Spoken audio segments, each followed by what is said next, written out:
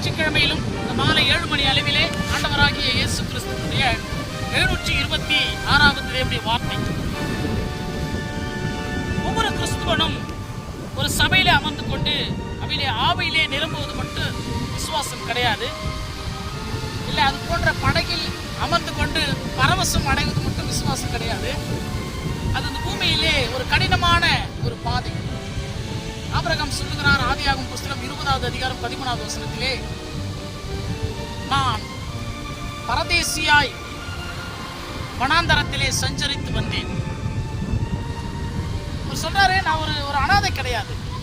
எனக்கு தாய் தகப்பன் சொத்து பத்து வீடு வாசல் எல்லாமே இருக்கிறது. ஆனாலும் தேவனாகி கர்த்தர் என்னை அழைத்தார். அதற்காக நான் எல்லாத்தையும் தூக்கி போட்டு வந்தேன். நான் ஒரு பரதேசி கிடையாது. நான் இன்னைக்கு வனாந்தரத்தில் அனாதையை போல சுற்றி வருகிறேன் என்று சொன்னார். மோசே என்ற ஒரு ஊழியனை கூட பாருங்க. அவன் பார்வோன் ராஜகுமாரத்தினுடைய மகனாக ஒரு மிகப்பெரிய ஒரு பொசிஷன் அவனுடைய வாழ்க்கையில கிடைத்தது. ஆனாலும் அவன் அதை வெறுத்தான். கர்த்தராகிய தேவனுடைய இஸ்ரவேல் ஜனங்களுடைய உபத்திரவத்தையும் வேதனையும் அவன் தானுக்குத்தானே அவன் உருவாக்கி கொண்டு வனாந்தரத்திலே அவனும் அனாதையை போல சஞ்சரித்து வந்தான். அப்போஸ்தலனாகிய பவுல் என்ற ஒரு ஊழியனை பாருங்கள். மிகவும் படித்த ஒரு ஞானி, அரசு வேலை, மிகவும் அதிகாரத்தில் இருந்தவன். ஆனாலும் அந்த ஒரு மேன்மையை விட்டுவிட்டு கர்த்தர் அழைத்தார் என்னை ஊழியத்திற்கு என்று சொல்லி அவனும் இது போன்ற அநேக உபத்திரவங்கள் மிளாறுகளால் அடிபட்டான். கப்பலிலே கடந்தான், நிர்வாணமா இருந்தான், பட்டினி பஞ்சம் எல்லாவற்றையும் கடந்து அவனும் ஒரு வனாந்தரத்திலே பரதேசியை போல சஞ்சரித்துக் கொண்டிருந்தான். ஆண்டவராகிய இயேசு கிறிஸ்துவை எடுத்துக் கொள்ளுங்கள். பரலோகத்தின் தேவன், வானத்தை சிங்காசனமாகவும் பூமியை பாதப்படியாகவும் கொண்டவர். ஆனால் நமக்காக இந்த பூமியிலே ஒரு சாதாரண மனித அவதாரம் எடுத்து வந்து நமக்காக சிலுவையிலே அவருடைய சரீரமும் ரத்தமும் சிந்தினது, நமக்காக வேதனைப்பட்டு துடிதுடித்து தன்னுடைய ஜீவனை கொடுத்தார். நாம் உயிர் பிழைக்க வேண்டும் என்று சொல்லி இதெல்லாம் எதற்காக இந்த உலகத்தில் இப்படிப்பட்ட ஒரு வனாந்தர பயணம், சஞ்சலமான பயணம், கடினமான பயணம்? கர்த்தராகிய தேவனுடைய பாதைகள் என்பது ஒரு குறுகலான ஒரு பாதை, விசாலமானது கிடையாது. எப்படி வேணாலும் வாழலான்றது கிடையாது.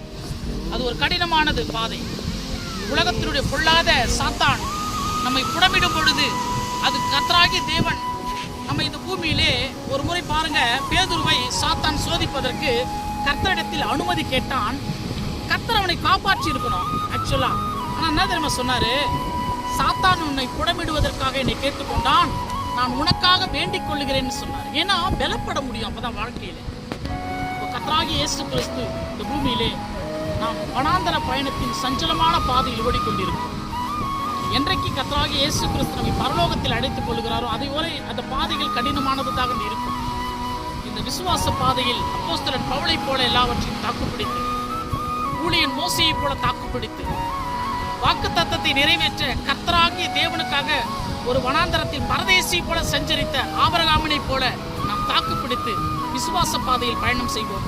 கர்த்தர் நம்மை இந்த பூமிக்குரிய ஆசீர்வாதத்திலும் பரலோகத்திற்குரிய ஆசீர்வாதத்திலும் ஆசீர்வதிப்பாராக. அடுத்த தேவ செய்திகளோடு நான் உங்கள் சகரியா.